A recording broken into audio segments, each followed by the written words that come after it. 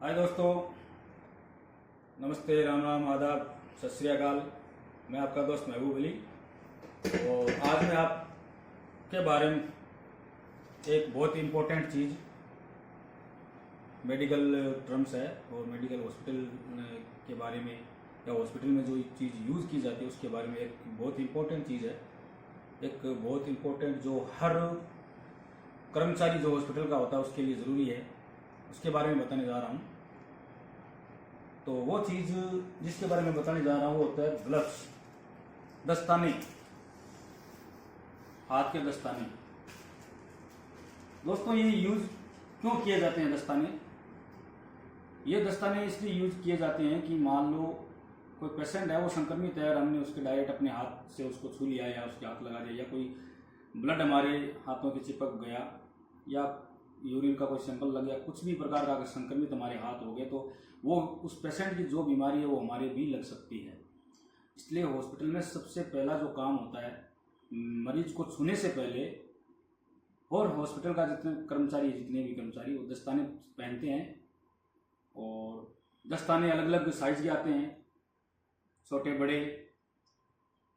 अब इन दस्तानों को पहनते कैसे हैं, इनका प्रोसीजर क्या है और फिर इनका निस्तारण कैसे किया जाता है, कैसे इनको यूज़ किया जाता है, फिर इनको कैसे मतलब किस डस्टबिन के अंदर, कौन सी डस्टबिन के अंदर इसको डालते हैं, क्या इसका प्रोसीजर है, मैं इस सब चीज़ों के बारे में आज आपको बताने जा रहा हूँ। तो ये है मेरे पास 7.5 नंबर का दस्ताना है, ग्लव्स है। अब इसको पहनने के लिए सबसे पहले हम अपने हाथों को हाइजीन करेंगे। हाइजीनिक करने के बाद धोएंगे, सुखाएंगे। सुखाने के बाद सबसे पहले इसके जो राइट कप है या लेफ्ट कप है, कोई सा भी ले लो, अपना राइट कप ले रहा हूं मैं। एक बार इसको खोलेंगे। ये मैंने खोल लिया। ये 7.5 के मेरे पास ग्लव्स हैं और इसको बाहर से पकड़ के इसके अंदर हाथ डाल देंगे डायरेक्ट।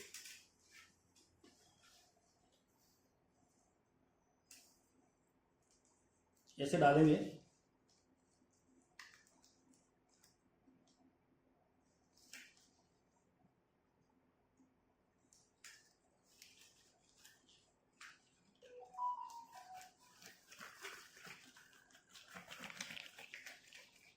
ये हो गया। इसको सही कर लेंगे यहाँ से बाहर से।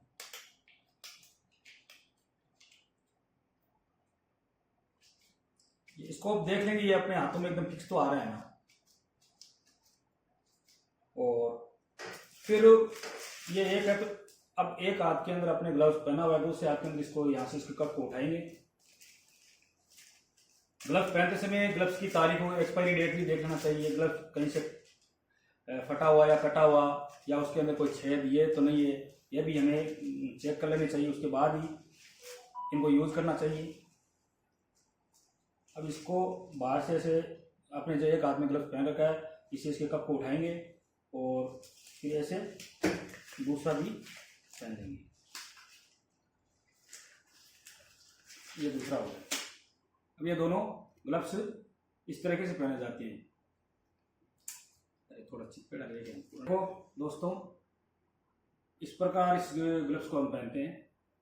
और फिर जो वेपर है, ये जो जनरल अपनी बिन होती है, ब्लैक कलर की बाल्टी जिसको हम बोलते हैं ब्लैक बिन, उसके अंदर इसके कवर को डाल देंगे।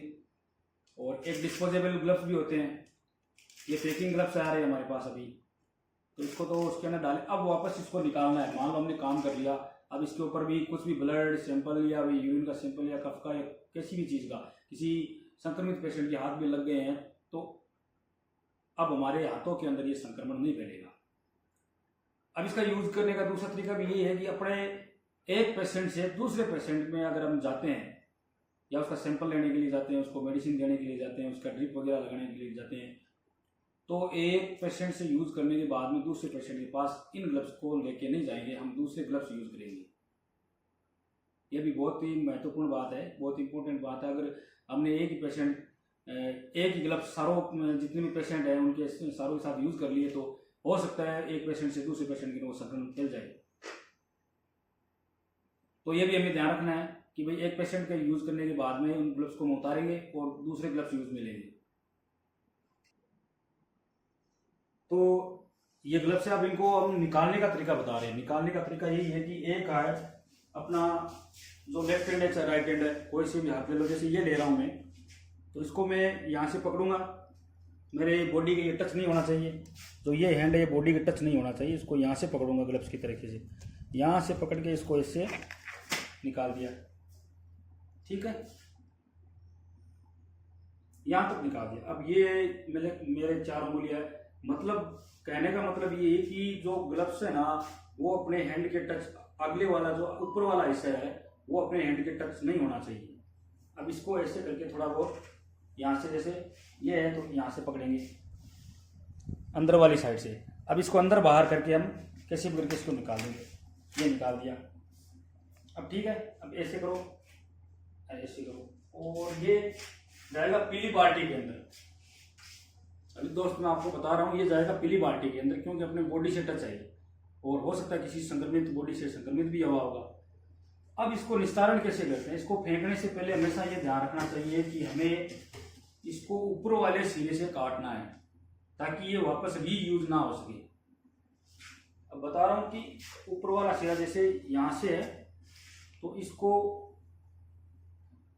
यहाँ से इसको कटिंग करेंगे ऊपर से इस प्रकार,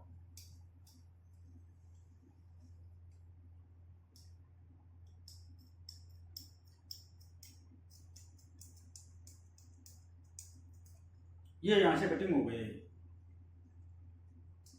ये देखो ये कट हो गया है।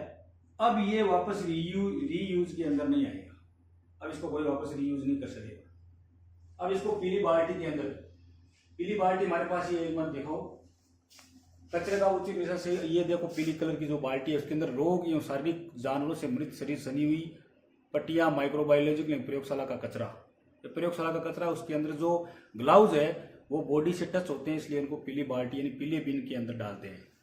ये फिर बायोमेडिकल वेस्ट जो गाड़ी आती है वो वहाँ ले जाके इसका निस्तारण करती है, इसको दबा दिया तो मिट्टी के अंदर दफन कर दिया, जला देती है, या तो जला देती है दफन कर देती है। ये सारा का सारा प्रोसीजर ग्लव्स का था, और ग्लव्स पहनना भी आना चाहिए। बगैर ग्लव्स के लेबोरेटरी के अंदर तो बिल्कुल भी काम नहीं करना चाहिए, क्योंकि बहुत सारे पेशेंट आते हैं उनके हम लोग सैंपल लेते हैं, तो बगैर ग्लव्स की छूना ही नहीं चाहिए। ग्लव्स सबसे पहले आते हैं, मास्क, ग्लव्स और जो हेड की जो कैप होती है वो भी पहननी चाहिए, और पूरी हाइजीनिक तरीके से किसी भी पेशेंट का हम सैंपल लेते हैं। थैंक यू दोस्तों। आगे भी लेबोरेटरी से संबंधित, हॉस्पिटलाइजेशन से संबंधित बहुत सारी जानकारियाँ मैं आपके साथ साझा करूँगा। आपका दोस्त महबूब अली। मेरे चैनल को लाइक, सब्सक्राइब, फॉलो करें। Thank you to all my friend.